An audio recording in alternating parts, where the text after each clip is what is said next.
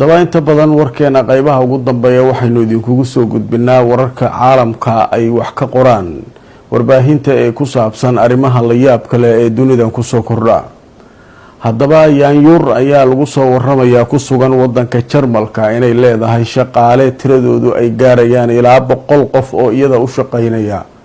waxay soo kale yaanyuurtan ama mukulaashan marka ay doonayso inay safarto ay ku safartaa diyaarad iyada u gaar ah. haddaba maxay ku dhacday arintan? nin u dhashay wadanka Jarmalka oo lagu magacaabi jiray Karl Lagerfeld oo ahaa nin markaasi isagu sameeya dharka iyo waxyaabaha kale ee la qurxiyo oo aad markaa lacag u lahaa ayaa la sheegay inuu geeriyooday bishii February ee la soo dhaafay sanadkan 2019. ninkan daadiisa ayaa waxaa la sheegay inay gaaraysay ama uu ku dhintay 85 sano. lacagta uu haystay ninkan ayaa waxaa la sheegay inay dhammayd 200 milyan oo doolarka Mareykanka ah. ninkan wadanka Jarmalka u dhashay lagu magacaabo jiray Karl Lagerfeld ayaa weligiis isagu aan guursanin wax qoysna aan lahayn, balse inta aanu dhiman ka hor ayaa la sheegay inuu dhaxalka lacagtiisa uga dardaarmay yaanyuur uu isagu lahaa oo uu soo korsaday. yaanyuurtaasi waxa ay jirtaa 7 sano waxaana magaceeda lagu magacaabaa Chopet.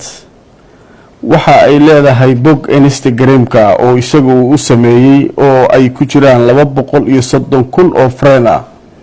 waxaa sidoo kale la sheegay in ay iminka dhaxashay lacagtii dhammeyd 200 milyan oo dollar.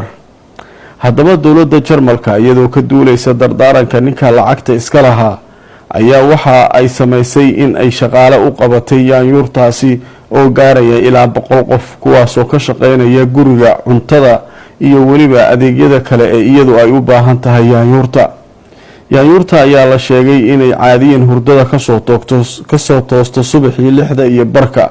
waxaa la sheegay in ilkaheeda iyo sida ay markaasi cuntada u cunto intaanay cuntada cunin ka hor shaqaale gaara ay leedahay oo ilkaha u nadiifiya, kadibna waxaa la sheegay in cuntadeeda la siiyo.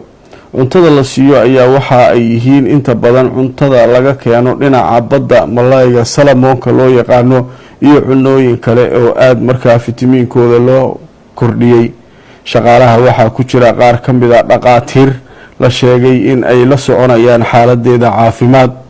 waxaa sidoo kale ay leedahay shaqaale kale oo guriga uga shaqeeya goobaha ay seexanayso iyo sida loo nadaaminayo.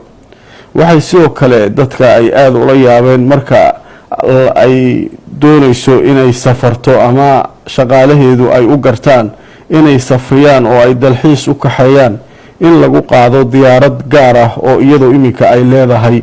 waa diyaaradii uu lahaan jiray ninkii caanka ahaa ee lacagta lahaa ee Jarmalka Karl Lagerfeld.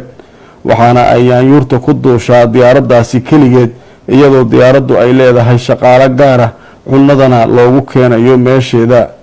haddaba adduunka ayaa waxaa la sheegaa in qofka waxa uu ka dardaarmo dowladuhu ay sidee tahay u fuliyaan.